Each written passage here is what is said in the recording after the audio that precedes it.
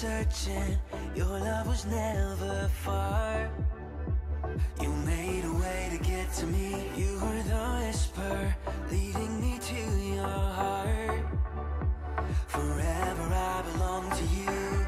Now I can see clearly, my God, you for me. You won't let go. Your love won't let me down. And I know it's true. Yeah, I know that your love is all around. I believe in you, holding on to you, holding on, and I know you will never fail. I want all of you, you never change. Your love won't let me down. Love won't let me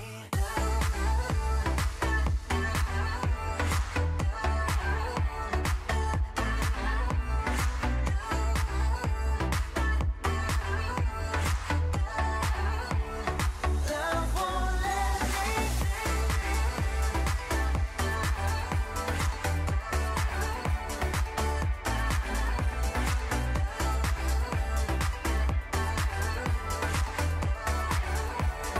Love won't let me. Right when I need you, you listen as I pray. You leave the 99 for me. You paint the sky with promises of your grace. So I will find my way to you. Now I can see clearly, my God, you for me. You won't let go. Your love won't let me down. And I know it's true. Yeah, I know that your love is all around. I believe in you, holding on to you, holding on, and I know you will never fail. I want all of you, you never change. Your love won't let me down. Love won't let me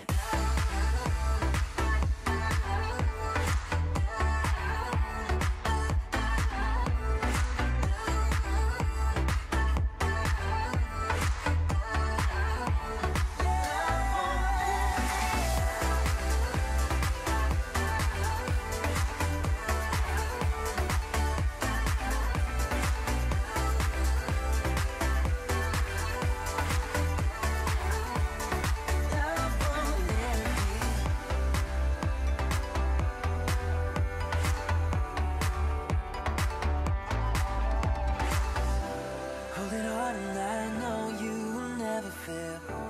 I want all of you, you never change. Your love won't let me down. Love won't let me.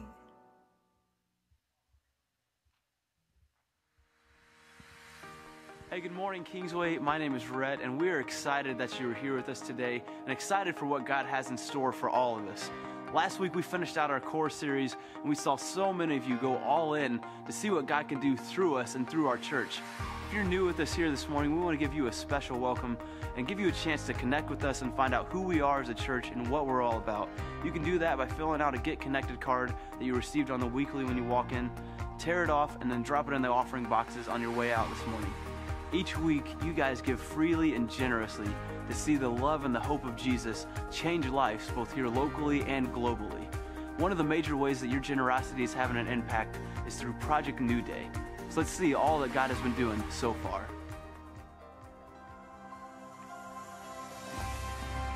Kingsway is an exciting place to be. Last week, Matt casted vision for who we are as a church and challenged us to go all in. Thank you for everyone who stepped out in faith to buy into our vision. Matt talked about the parable of the talents and how we want to use and invest what God has given us. This is what Project New Day is all about. With an estimated 6,000 new homes and 4,800 new kids in the area, we want to be a place that is welcoming and inviting for them, a place where people are excited to visit and a place for them to call home. And most importantly, a place where they can meet Jesus. We believe by creating a hallway and classrooms that are decorated and designed for kids, we can achieve this vision. When we started Project New Day, we had to do some things to make this happen. In Phase 1, the staff transitioned out to the West Building to free up the lower offices. In Phase 2, we remodeled those lower offices so equipping groups would still have a place to meet after the kids took over the E-hallway. Now that those 2 phases are complete, we are beginning the 3rd phase of updating the entrance and remodeling the E-hallway to become that dedicated kid space. We will begin sprucing up the lobby before Easter with fresh coats of paint and graphics to make it as inviting as we can for our guests. Shortly after that, demolition will begin in certain areas. Things will begin to look a little different. There will be some entrance closures and blocked hallways. Be sure to check out the Project New Day page on the website for more details. Finally, we wanted to fill you in on the funding strategy for the rest of the project. In order to pay for the project and avoid going into debt, the elders have voted to sell the Missions House, a property just west of the church, in order to use that investment where it will have the most impact. We are so excited about how God is moving at Kingsway and through Project New Day. If you want more information or to get involved, head to kingswaychurch.org/newday. So we're so excited about what God is going to do and how he's going to use this new kid space to change the lives of families right here in Hendricks County. And we want to invite you to come alongside what God is doing through your generosity. And you can do that 3 ways here at Kingsway. You can go online to our website or our mobile app and hit the Give tab. You can text the word Kingsway to 77977, or you can give right here in service on the wall boxes on your way out. Lastly, in just 3 short weeks, we'll be celebrating Easter here at Kingsway. We'll have 3 identical services at 9, 10:30, and noon. And what we're asking this year is that you would do 2 things for us, that you would invite and you would invest. Easter is a phenomenal opportunity to get people to connect with the church, find a church home, and could change the course of their life and their family's life for the rest of eternity. Second thing that we're asking is that you would not only bring someone here, but you would invest by giving your time and attending a service and then serving one of our services. Our kids team is going to need a lot of volunteers to love on the families that are going to be joining us here that Sunday. Inviting someone to Easter is super simple. You can go to the church Facebook page, share the event, you can grab physical invites out in the lobby on your way out, or you can simply text the word invite to 317-565-4911.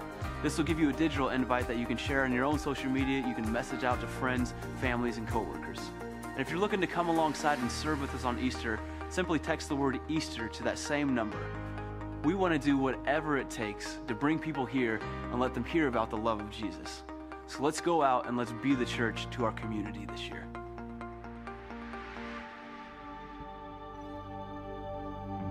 Good morning, everybody. Welcome to Kingsway. So glad that you guys are here today. Why don't you guys stand? We're going to give our God worship this morning because he's worthy. The earth could not contain its joy, so mountains were born. Mountains were born. The sea could not contain its praise. The mighty waves roared. The mighty waves roared. And all of creation is singing the same song. One hallelujah to you and you alone. Holy, holy to the one who scattered the stars. Holy, holy to the one who holds every heart. All of our praise, all for your name. With creation we sing along. Holy, holy.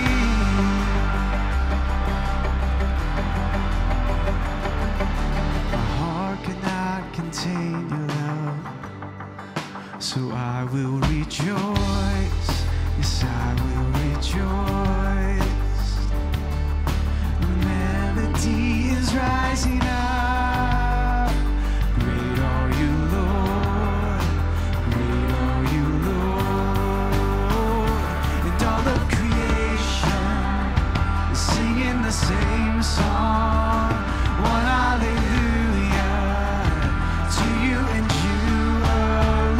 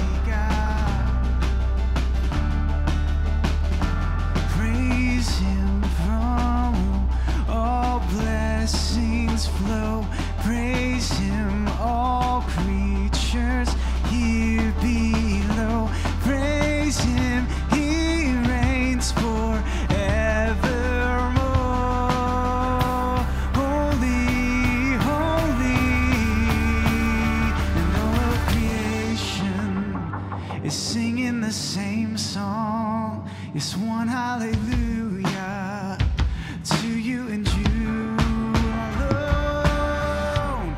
Holy, holy to the one who scattered the stars. Holy, holy to the one who holds every heart. Holy, holy to the one who scattered the stars. Holy is holy to the one who holds every heart. All of our praise, all for your name. With creation we sing along. Holy, holy. Yes, God, you're holy.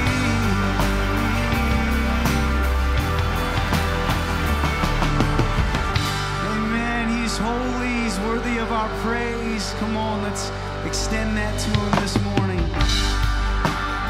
1 John 4:19 says, we love because God first loved us. We're going to teach you a new song about that this morning. I hope you sing along with us. From a crown of jagged thorns, with the blood that hit the earth, in the scars you wore, you showed me that your love was always first.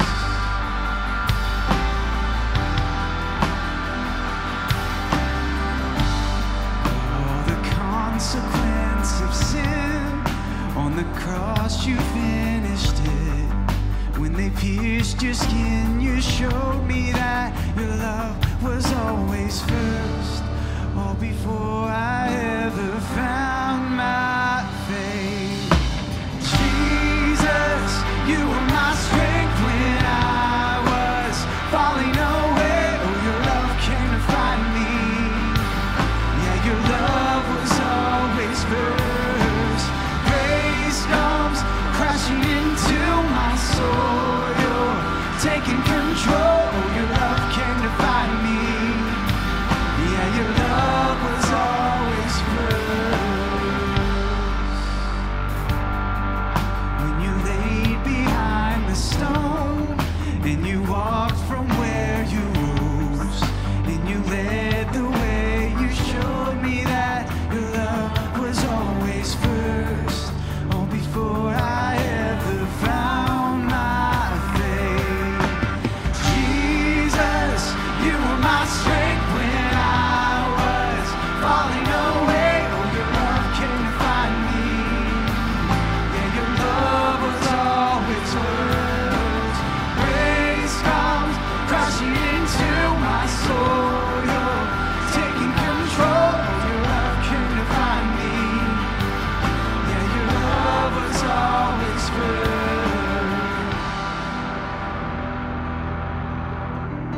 God, we love you because you first loved us. Open our eyes, open our hearts to see the way that you love us unconditionally. Let's sing this. No, not that I loved you, but that you loved me first. No, not what I've earned, but what you freely gave away. And while I was a sinner, you showed me what I'm worth. Jesus, when you bled, you died so I could live again. No, not that I loved you, but that you loved me first. No, not what I've earned, but what you freely gave away. While I was a sinner, you showed me what I'm worth. Jesus, when you bled, you died so I could live again. Yeah. Jesus, you were my strength when I was falling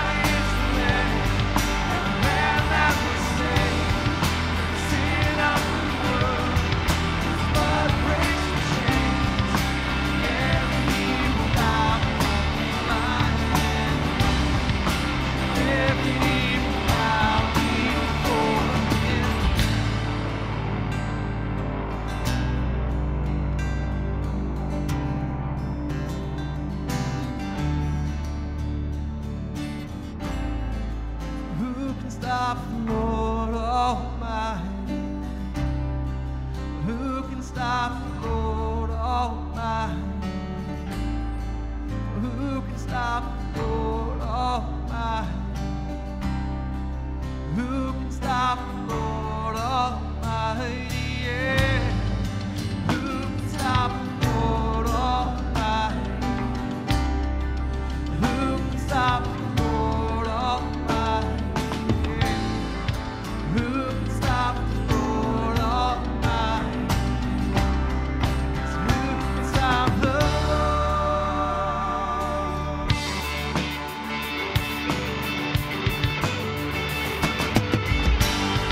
Our God is alive, Lion of Judah, roaring with power, fighting our battles, every knee will bow before Him. Our God is the Lamb, the Lamb that was slain, the sin of the world. His blood breaks the chains, every knee will bow before the Lion and the Lamb. Oh, every knee will bow before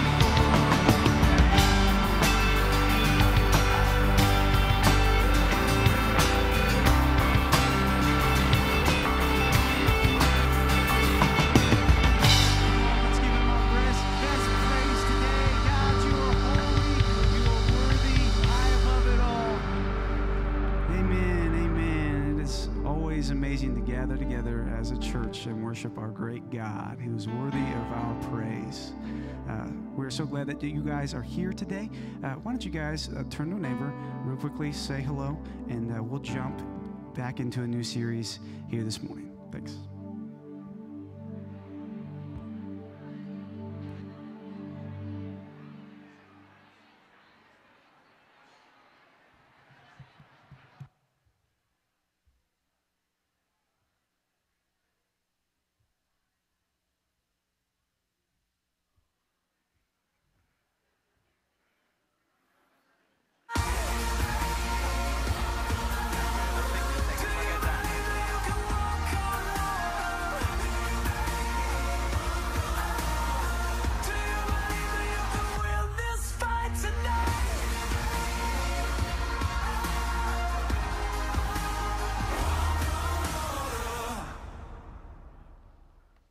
Well, good morning, church. Wow, you're a lively group today. I love it. I love it. Losing an hour's sleep is made up by spring break. Thank you, God, for that, right? Hey, we want to welcome you here if you're visiting with us today. We want to welcome everybody watching online live and also anybody who watches us later in the week. Hey, thanks for tuning in and giving us a chance to speak truth into your life. So today we launch a new series called No Boundaries. This little couch right here is a real couch that I bought and I had put in my office. When I originally got into the office that I was in for a long time, I'm out of that in the West Building now. But when I was in there for a while, they had given me a table with chairs around it, which was great if you were having a planning meeting or a creative meeting. But I was sitting there at times having these intense counseling sessions with people and thinking, I feel like I'm sitting in a business office while people are crying and I'm trying to find tissues. It just wasn't a good environment. So I decided to take that out and try to get some more comfortable seating. But I didn't have any money to spend. The church didn't have any money to buy. So I had to wait until I found things on clearance. And I found this little baby here in town at a local store. It was an amazing deal. And if you know me, I love great deals. So I bought it and I put it in my office and I quickly found out the problem with this couch. Can you see it?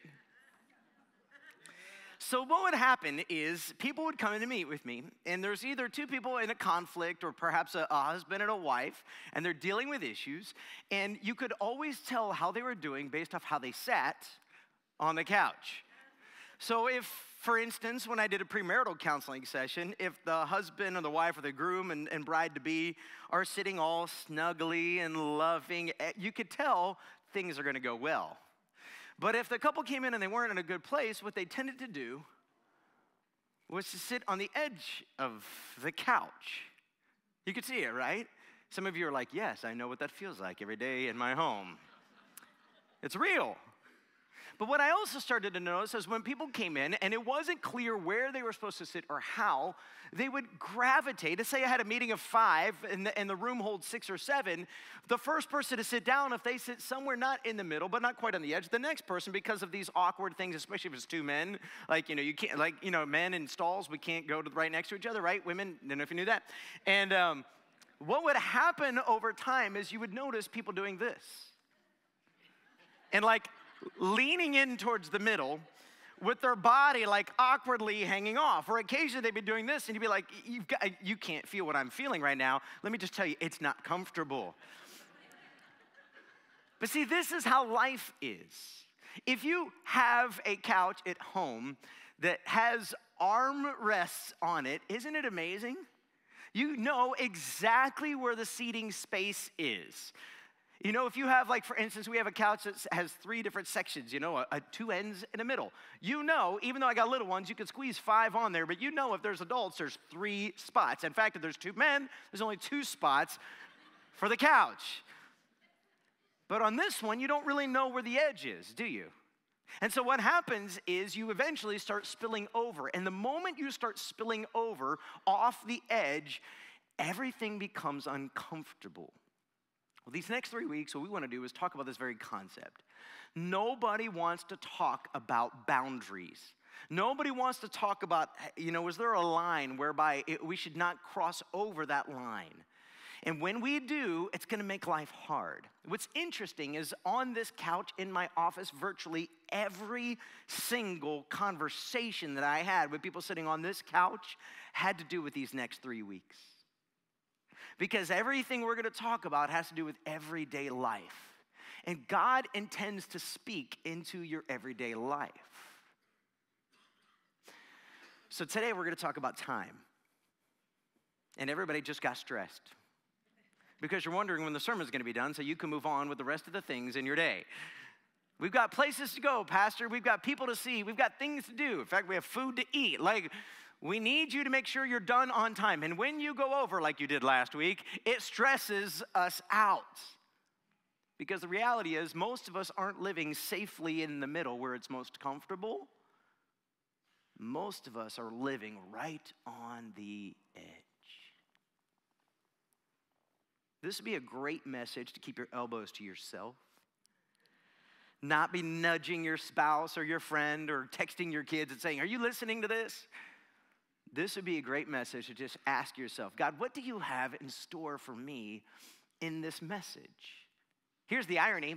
In that same office, before we moved out to the central services building out on the other side of the parking lot, the elders came in to meet with me to do my yearly review about 12 to 18 months ago. And I don't remember which of us, I think it might have been me actually, was sitting on this couch. And they looked at me and they said, Matt, we need you to do less counseling. I said, but I love meeting with people and telling them where they're wrong. It's my favorite thing to do. Ask my wife. They said, here's the thing, Pastor. You're the pastor of a large church, and there's a lot of people who need you. And if you take up 5 to 10 and 20 hours a week meeting with people one-on-one and two-on-one, then there's a whole bunch of people you're not really getting to influence. We need you to strategically think about ways to better spend your time.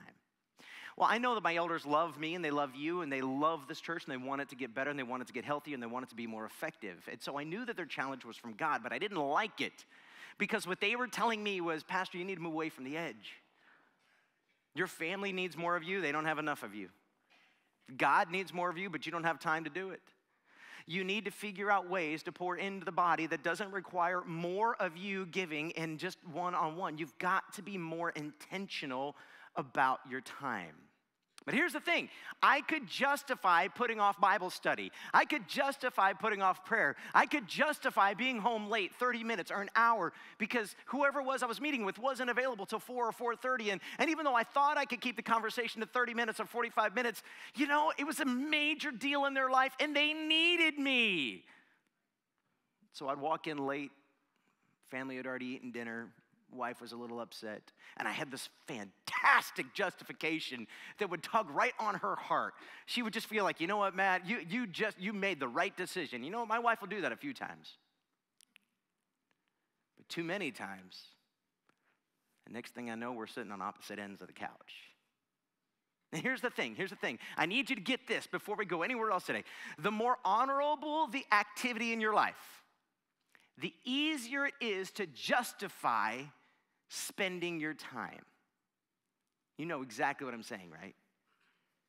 I'm just staying up a little late tonight in order to finish this thing up, honey. It'll be okay. Trust me. If I stay up late tonight and I skip that movie with you or whatever it is, that time that we get together, I'll be able to knock this project out at work so that I don't have to miss more time with you or stay later tomorrow. Except it never just happens one time, does it? Once your work figures out that you'll give more, what do? Ask less of you every time. Some of you bosses in the room need to listen up here. I just have to focus on this email really quickly. I know that it's dinner, but if I just do this really quick, then I'll be able to put it out of my mind the rest of the night. You hear the justification in that? If I could just this, then this, right? We're going on vacation next week. This was one of the ones that took me years to figure out. We're going on vacation next week. It was really uncomfortable, by the way. So if I just work an 80-hour week now, I'll be able to make up for it next week. It won't matter because next week I'll see you a ton. Except what happens when you get to vacation, you are so depleted, there's not enough of you to go around, right?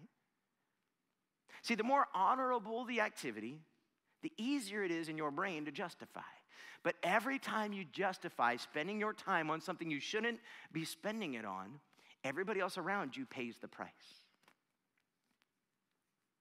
So how do we fix it? Well, first, let's notice this. Moses wrote a psalm. It's one of the only psalms I think he wrote. It may be the only one. I didn't look into that. But it's powerful. You should read the whole thing sometime. But he says this in Psalm 90, verse 12. Teach us to number our days, that we may gain a heart of wisdom. What Moses is trying to get to is this. Everybody's got a beginning and everybody's got an end.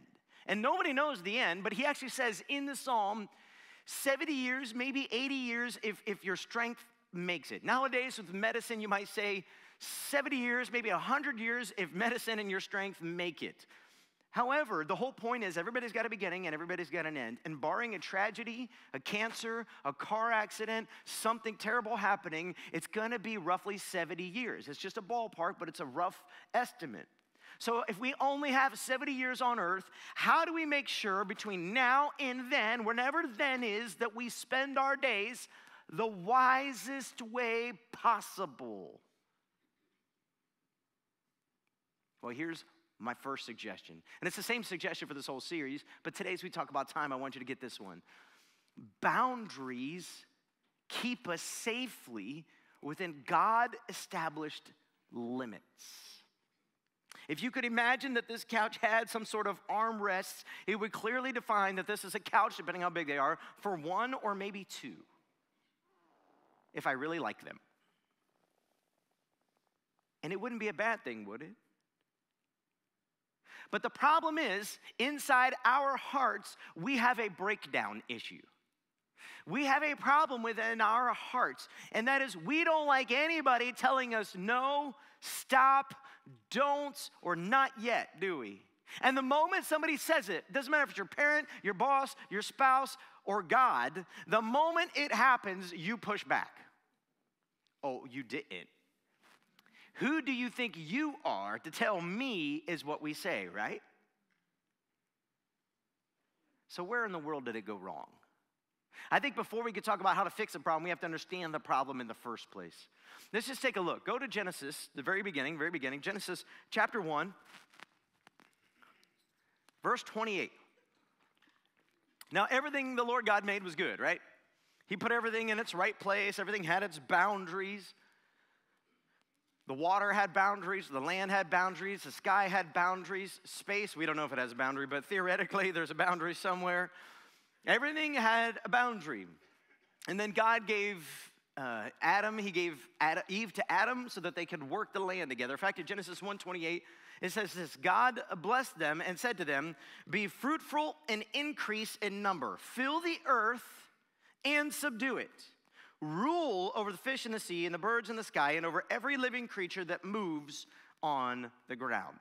Genesis chapter 1 is the very first chapter in the Bible, and I want to just put out there, I don't think Genesis 1 is a scientific chapter, but I do think Genesis 1 is a philosophical chapter. It's a chapter on morality and life.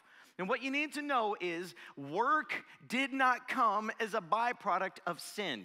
Even though it may feel like that, work came as a byproduct of the fact that God made his creation and he made people to work hard on his creation. And the very first commands were be fruitful and increase in number. That's a message for next week, actually. Or actually, maybe it's the week after. But then he says, fill the earth and subdue it. Now, what does that mean? If you look at that word subdue, it actually means to bring under order the earth. Now, I talk about this all the time, but it's because all things begin here. If you don't get this, nothing else makes sense. In the garden, God made the garden. You need to know that. So the whole earth is a little bit wild. It needs subdued. Whatever that word implies, there's something crazy about it. Don't think Savannah, Africa today, where it's wild and you might get eaten by a lion or a tiger or a bear. Okay, 3 of you paying attention. Some of you are like, I don't even know what that's a reference to. It's from the 70s, don't worry about it. Okay. But it is a little bit crazy out there. It's a jungle out there. And so Adam and Eve are to go beyond the garden. They're to subdue the earth. They're to bring it under rule and reign. And they're to rule over the fish. And they're to rule over the birds. And they're to rule over the animals. Now, something dramatically goes wrong. And in the next couple chapters, what we find is Adam and Eve are walking around the garden. Everything is glorious and beautiful. And they're enjoying themselves. But then one day, the enemy, Satan, the serpent, comes along and he tempts them. And here's the temptation, in case you don't know this. See, God placed in the garden one tree, only one tree, and he says you can eat any fruit of any tree, anything you come across this garden, enjoy it. Do not touch this one tree. It's one boundary that God put in place to keep Adam and Eve safely in his will. And Satan comes along and he says, no, you don't need that. What do you think's going to happen if you eat that? And Eve says, well, God says we're going to die. And then notice this, Genesis chapter 3, verse 4. You will not certainly die, the serpent said to the woman. For God knows that when you eat from it, your eyes will be opened, and you will be like God, knowing good and evil. Now, this is very interesting. Because what Satan just said to Eve, and then eventually to Adam, who's standing there, don't trust God. He doesn't have your back. He's not looking out for you. He's not even considering what you think is best. In fact, he's actually hiding the best from you. He knows if you were to actually take this fruit and eat it, you would become like him. Is that not the root of every sin problem we have? God doesn't have your back. He won't come through. You can't trust him. He's not trustworthy. Don't stay within healthy boundaries. Go beyond those boundaries because it looks right. It feels right. Everybody else is doing it. Their lives don't look like it's that messed up, does it? Or all these other justifications. What Satan has just handed to Eve is this phenomenal justification. You can handle this. You're smarter than everybody else. You're stronger, you're better, you're wiser, you're prettier. Fill in the blank. And the moment we start justifying, our lives start spilling out all over the place. So what happens next is Adam and Eve, they take the fruit and they eat it. God comes down and he says, fascinating, doesn't he? Follow this for the rest of this time message. Adam, the ground is not going to work with you anymore. It's going to produce weeds. I believe that, and I've said this before, I don't believe the weeds. I believe the weeds are literal. We have weeds. They didn't have weeds then. But I believe it's bigger than that. Because if the answer is we could solve the problem of the curse in Genesis by simply buying some weed killer, I don't think that we've outsmarted God. And part of the reason I don't is because we find out in Romans chapter 8 that all of creation is crying out and groaning. Tornadoes and hurricanes and earthquakes, all of these things are birth pains of the earth, saying we miss our Creator being the ruler and the leader of the earth because we've pushed him out and we've forced him out. So the curse of the weeds is bigger. The sin has affected far more. And in the male heart, I'll get to women in a minute, but in the male heart, come on, tell me men, has your identity not been wrapped up in your job? Hi, my name is Matt Nickerson. I'm the lead pastor of Kingsway Christian Church. We used to run about 2,500 people. Currently, we probably run around 1,700 to 2,000. And my identity is wrapped up in my church. It's your turn. Ready? Maybe not. Not here. But if you don't get to the place, men, where you can acknowledge that your identity is wrapped up in your work, you'll never be able to set appropriate boundaries. Because if it's always a bigger paycheck or a nicer vacation or a better house or a nicer car or a promotion or some significance issue you're searching after, you're always going to chase the next one, and you're going to have a great justification. But if I this, then I can just that for my family, right? Until 5 years and 10 years and 15 years and 20 years down the road, and it's too late. Your marriage fell apart. You have no relationship with your kids.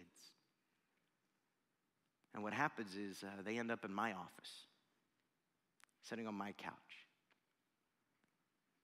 talking about, why didn't my dad love me enough? But wives, it's not dramatically different for you. Now, guys, a penny with big broad strokes here. But if you go back to the garden, God told the ladies, now here's what's going to happen. Two major things. You're going to have pain in childbirth. Did we circumvent pain in childbirth? I mean, every lady who's given birth will tell you, oh man, that's miserable. But you're telling me with an epidural or modern medicine, we simply circumvented God, just like we did by spraying those weeds. No, I think there's a bigger point here. The point is now, even in having children, instead of being this joyous, fruitful thing, it's full of a lot of heartache and pain. And every mama who's ever had a child can tell you what that feels like. The first time they drive, when they leave the house, when they're teenagers and they yell back at you. The other day, one of my kids had a rough moment, and I didn't necessarily handle it the best way possible, and he called me something that, let me just tell you, would not be okay for any kid to call their parent. And I took a really deep breath and just said, I love this child. He's a gift from the Lord. His name even reminds me of that. Every mama knows what that feels like, right? When your son gets married, he moves on, and he never calls home. That's my mom's story. Hi, Mom, I love you. You know, there's pain. There's pain. There's pain in childbirth. For the mama whose child is disengaged or speaks poorly. But even then, God goes on and he says, and now, ladies, you're going to long for the authority that your husband has over you. There's pain in it, right? But here's the thing. What happens is our identities get wrapped up in these things. Our identities get wrapped up in our families and in our children. And so we have moms who are constantly pushing their children to do more, be more, look better, to present the family better, need to accomplish. We push our kids into the best possible places, spending a lot of money and time and energy, stressing ourselves out and them out because we have to measure up to some unknown standard that somebody out there has determined we can't even nail it down. In fact, we actually see this in the Bible story. I don't know if you know this or not. I want you to go with me. We're going to jump a few ahead at Genesis. Genesis chapter 11. Genesis chapter 11. Now, this is what we would call a Tower of Babel moment. All of the earth speaks the same language. We are post-flood. But even though we're post-flood, things are escalating. And notice this. The people of the earth come together in Genesis 11:4. Then they said, come, let us build ourselves a city with a tower that reaches to the heavens so that we may make a name for ourselves. Otherwise, we will be scattered over the face of the whole earth. And you're like, you came to this in Genesis at some point. You went, what in the world is going on here? And remember, in the garden, they had two primary responsibilities. You can maybe say three, but two. Be fruitful and multiply, make more image bearers. And number two, subdue the earth. Go leave the garden, go to the ends of the earth, fill God's earth, and rule over the fish and the animals and the birds and all those things. But now what they're saying is, let's not do what he told us to do. Let's just all gather together, because if we don't, we're going to scatter to the ends of the earth, and we don't want to go to the ends of the earth. We don't want to go out and take the image of God everywhere else. We just want to stay here and play it safe and build massive monoliths to ourselves. Do you hear it? But what's the driving force? It's not just that we don't trust God, we don't want to listen to God, we don't want to do what God told us. There's a motive inside, so that we may make a name for ourselves. The reason time is a problem for all of us is because we're too busy trying to make a name for ourselves. It doesn't matter if it's work or kids or sports or money or stuff or experiences or vacations. Every time our schedule gets out of whack, every time we don't say no to something that's good so we can say yes to something that's better, every time you can know there's a motive in your heart that's driving because you want to make a name for yourself.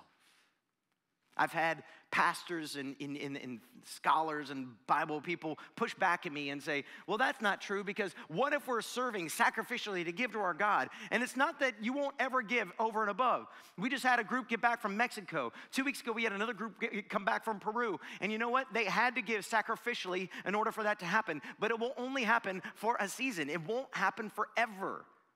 And if you don't find yourself creating space and margin in your schedule leading up to and coming out of those kinds of moments, then you know it's not from God. There's another drive, there's another force inside your heart pushing you to go beyond the limit that God has established for you. And here's the danger. If you're not careful, past behaviors will lead to pathways. Past behaviors will lead to pathways.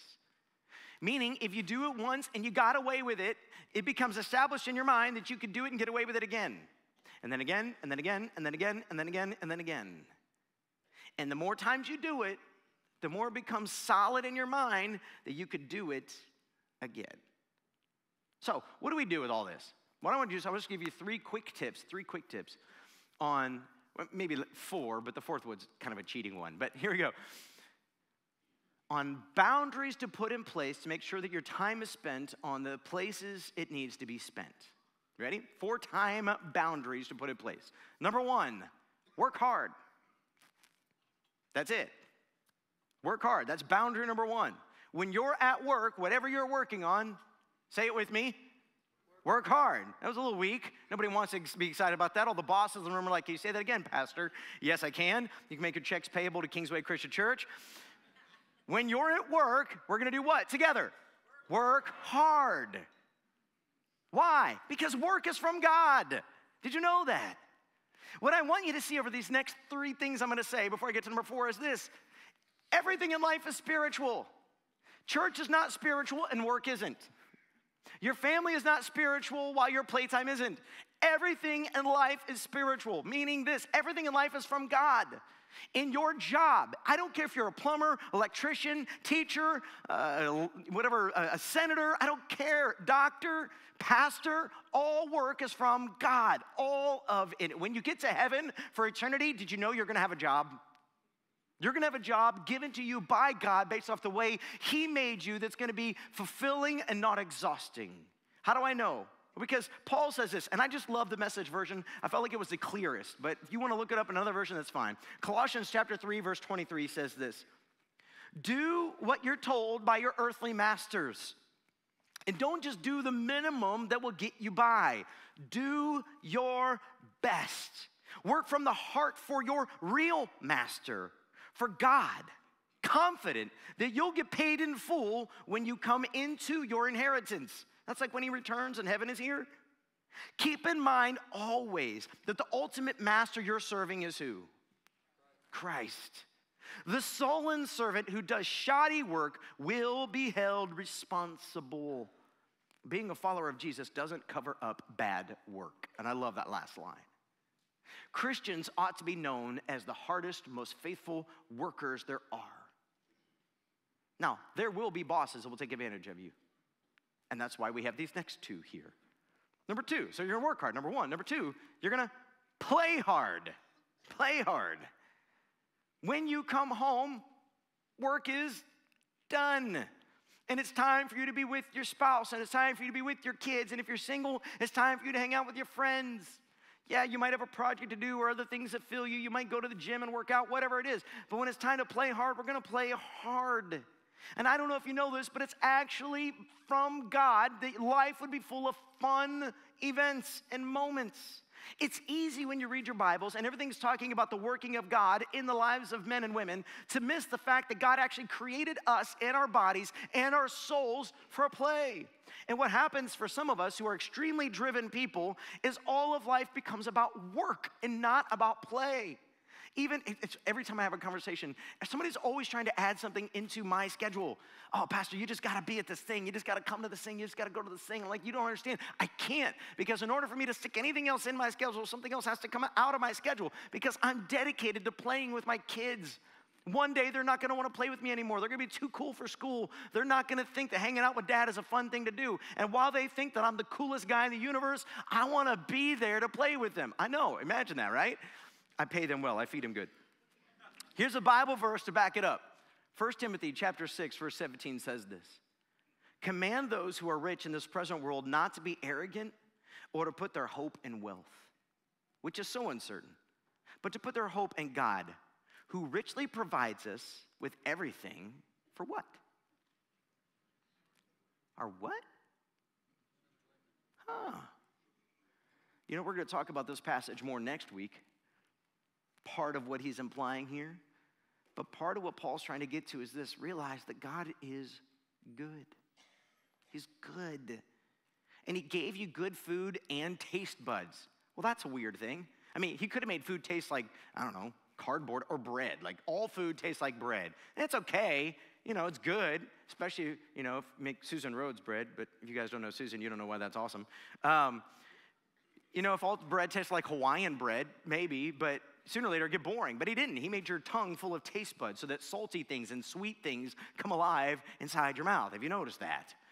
Have you noticed that your bodies are capable of running and feeling the exhilaration, even though some of you hate running? You're like, that sounds like torture, Pastor, not like play. But your bodies are capable of it, and it gets this thing that goes on in your brain. Endorphins are released. Have you noticed when you play certain games or watch certain TV shows or whatever it is, something comes alive, your heart starts to race. God has built your bodies to enjoy his creation. So we're going to play hard.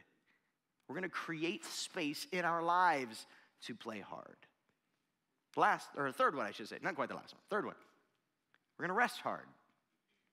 Rest hard. So we're going to work hard. We're going to play hard. We're going to... Some of you are still with me. We're going to work hard. We're going to play hard. And we're going to... You're like, how do I rest hard, Pastor? I can't sleep at night.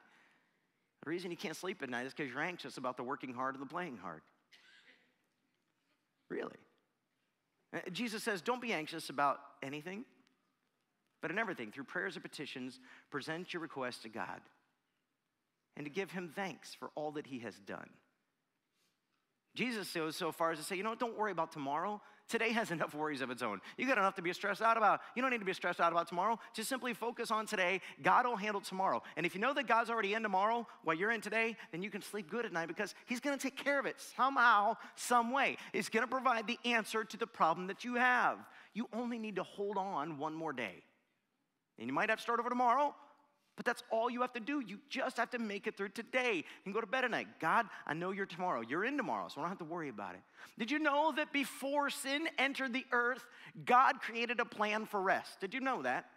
So Adam and Eve show up, and it's day 6, whatever exactly that means. Day 7, they rested. They showed up towards the end of day 6, if you read the story. He did a lot of other things in the morning that day. Adam and Eve show up. What are we going to do today, God? Well, I know what we're going to do. What are you going to do? We're going to sleep. What do you mean we're going to sleep?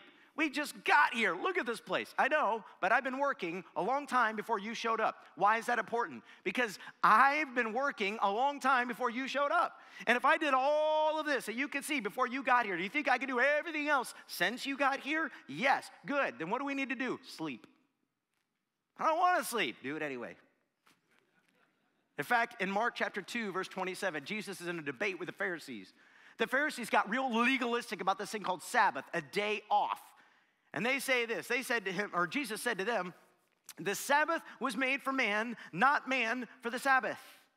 See, in the Old Testament, after the sin and after the fall and after Babel, God created a day of the week. It was Saturday for the Israelites, and it was called the Sabbath. And the goal was you be done on that day. You do nothing. You rest and you worship on that day. Let me ask you a question. Do you have a day of rest? Do you have one day a week that is protected? It's just for your body to become human and to recover. Because if you don't, you'll overdo it. I learned this a long time ago about my schedule. It literally doesn't matter how much is in my cup. If I go to a coffee shop and I order a coffee, it doesn't matter if they put the coffee to here or the coffee to here. I pull out that milk, and every time I do this. I don't do that, I hope. And it's amazing. I spill 9 times out of 10. I started ordering my Americanos, if you know what that is. I order a small Americano in a medium cup, or a medium Americano in a large cup. Because I thought to myself, if I just give myself more room, I'll stop doing this. Do you know what I did? I started filling it to the top every time. In fact, if I order a drink and it's not really close to the top, I feel cheated. Now, what is wrong with me? I started ordering a small and a large cup. My drink was cold. I realized that wasn't going to work. The problem is that I don't know where the boundary is. I think the boundary is to push the limit all the way to the top. But it's not. It's less. So here's number 4. Whether you're working hard, whether you're playing hard, or whether you're resting hard, only do one at a time. So when you're at work, don't play. All the bosses in here would love for you to turn off the internet, right? Stop messing around when you're at work, because what happens when you're at work and you're playing is your work comes home with you. And when you're at home playing, turn off your phone. Okay, this is the pot calling the kettle black, okay? I realize this is like, my wife will listen to this later today. She'll be like, really? You should try practicing that sometime, Pastor. But my biggest problem is I get an email, I get a text, and it's extremely important. It's a sickness, it's a death, it's a counseling situation. Somebody just has a really quick question, it's a data point, and I'm sitting there with my kids, I'm saying, hey, hang on real quick, just real quick. This will only take me a minute. And that's when my son looked at me a couple weeks ago and he said, Daddy, you're always on your phone. I don't want my son to turn 15 and 18 and 20 and 25 and 30 and have his own kids and say, you know what I remember about my childhood? My dad was always on his phone. But I can't change that then. When can I change it? Now. And the problem is when it's time for sleeping and when it's time for rest, do you know what we do? We'll pull out these little puppies and we watch a movie. We turn on our TVs. We open up a video game. We work. We play. So when it's time to rest, we're playing. When it's time to play, we're working. When it's time to work, we're playing. And the problem is we don't have boundaries around our life that keep us focused on the things that God has told us to do.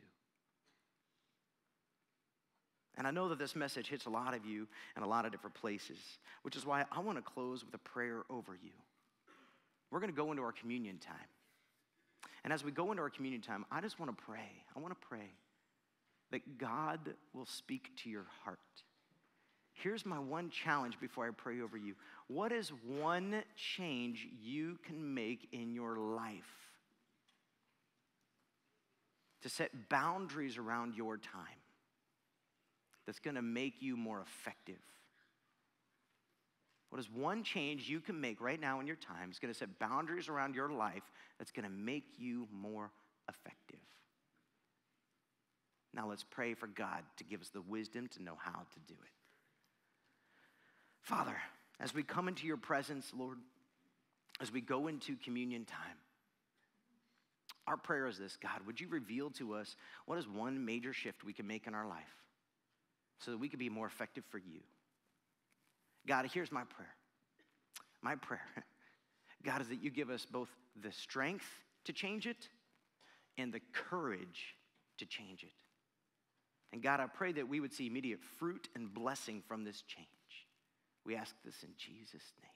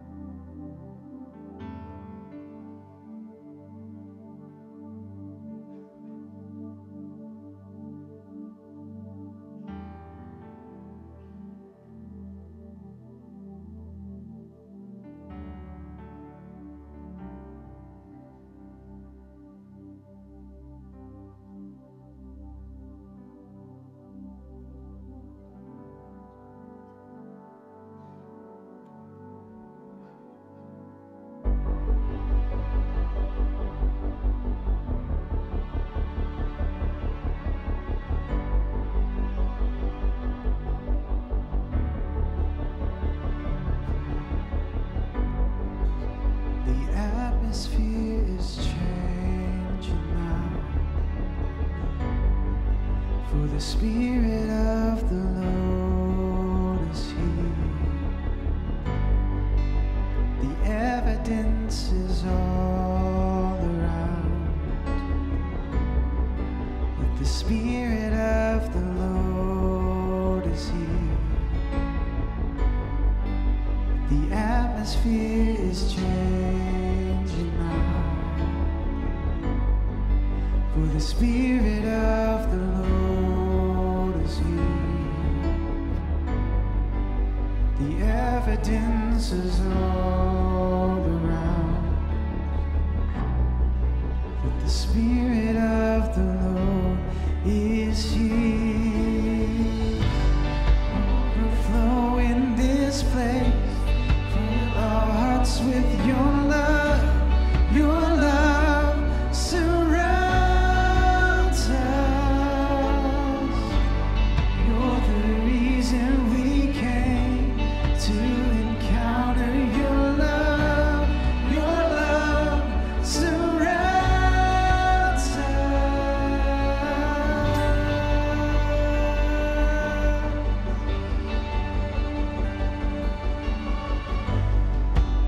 The atmosphere is changing now.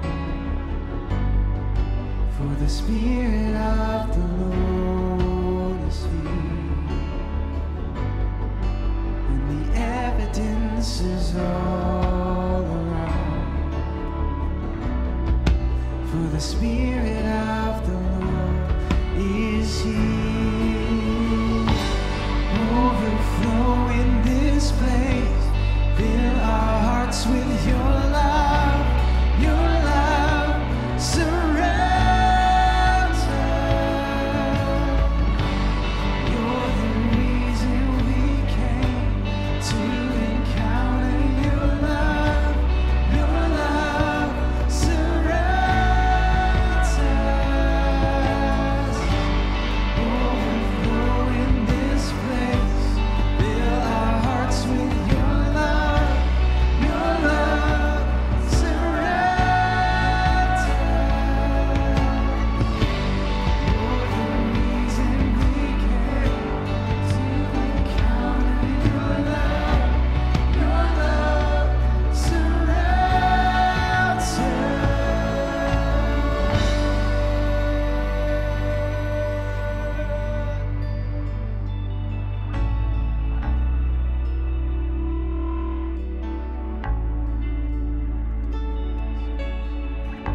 Spirit of God, fall fresh on us. We need your presence. Your kingdom come and your will be done here as in heaven. Spirit of God, fall fresh on us. We need your presence. Your kingdom come,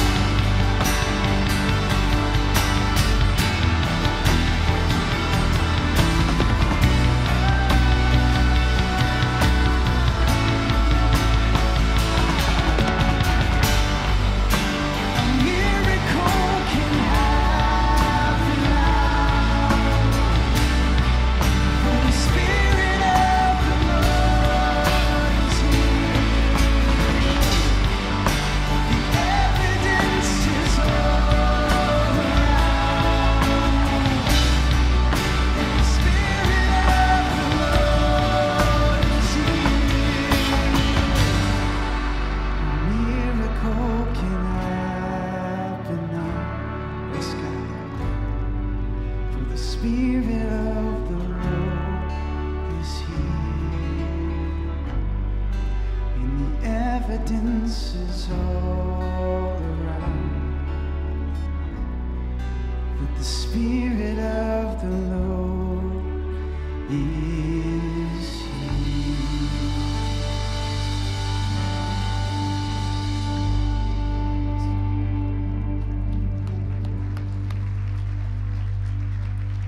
You don't have to sit down. You don't have to sit down. I just want to close out with a couple of quick announcements for you. First of all, if God's doing something in your heart and you're ready to make a decision of some sort, maybe you need prayer, encouragement, or maybe you're ready to give your life to Christ, we're going to have a response team down here to my left, your right. Just come down and talk to them when the service is over. Everybody's going to be heading that way. You come this way, and it's totally fine. We'd love to talk to you. Second of all, don't forget about Easter invites. So you can find them out here. Also, don't look from digitally online, Facebook, and other places. Grab them on your way out. Please start inviting your friends and your neighbors so they can meet the same Jesus you've been celebrating here today.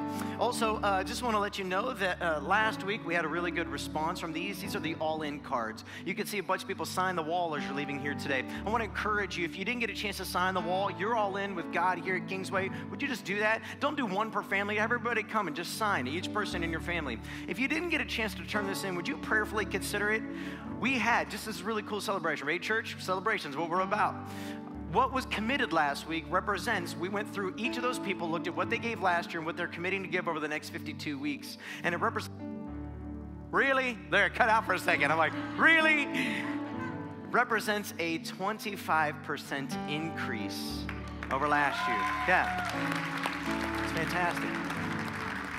But here's the catch. We don't have nearly the amount of cards that we need to. So what we don't know is, does that represent the whole, or does that represent the small portion we're really excited and committed and the first ones to turn in the cards? We're planning our budget based off what you tell us. And so the only people who are going to see these are the people who already see what you give. They already know. I don't look. I have no idea what anybody gives most of the time, including us, because my wife does it. But in all seriousness, would you just take 5 minutes? You'll find these cards out there and grab them, fill them out, and put them in the box out there. Lastly, today's a $1 club day. So would you, as you're leaving, just grab $1, $2, $5. If you want to put in 20, fine. You can stick them in the boxes at the back of the room. Just stick them in there on your way out, and we'll tell you the story, what we do with it soon. God bless you guys. Have a wonderful week.